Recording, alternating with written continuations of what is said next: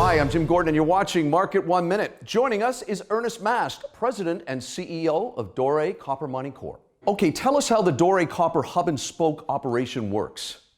The Doré Copper hub and spoke operation is located in Chibougamau, Quebec.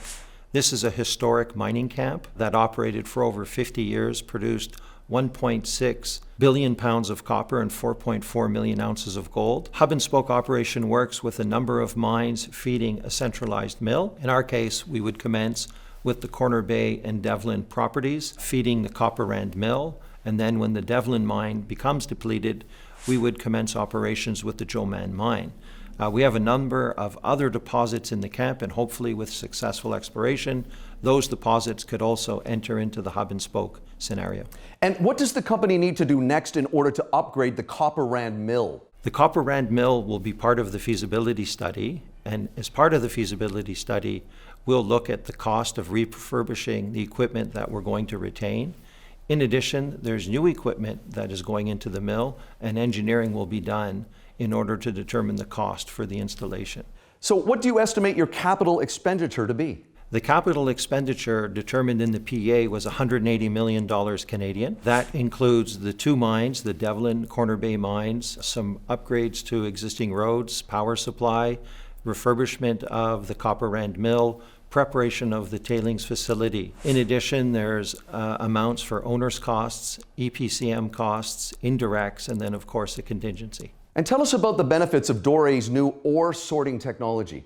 The ore sorting technology that we're going to be implementing is able to, at the mine site, separate chalcopyrite or copper-containing rocks from the waste rocks, which essentially are barren. In doing so, the benefits are that we have less material that we're going to transport to the mill, less milling cost, and we're going to be producing less tailings. All of those together result in substantial savings for the company during operations. And will there be any additional assets added to the hub and spoke? Eventually, we plan on having a number of additional assets in the hub and spoke. PEA only included 3 different properties.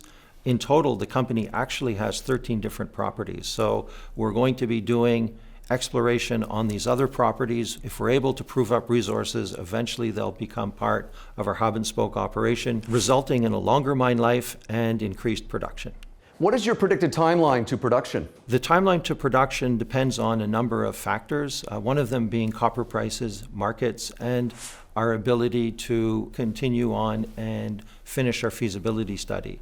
So in most optimistic case scenario, 2025 would be our earliest production date towards the end, and that would leave 2026 as the most likely timeline in order to start production. Finally, Ernest, how is the province of Quebec supporting Doré Copper? Quebec is supporting the company in a number of ways. Firstly and foremost, Quebec is an excellent mining jurisdiction. The rules of advancing your mines are very clear. All the laws are in place, and we have to follow that kind of prescribed process in order to be successful with the permitting of the project. Secondly, Quebec has a number of quasi-government funds that have invested in the company already.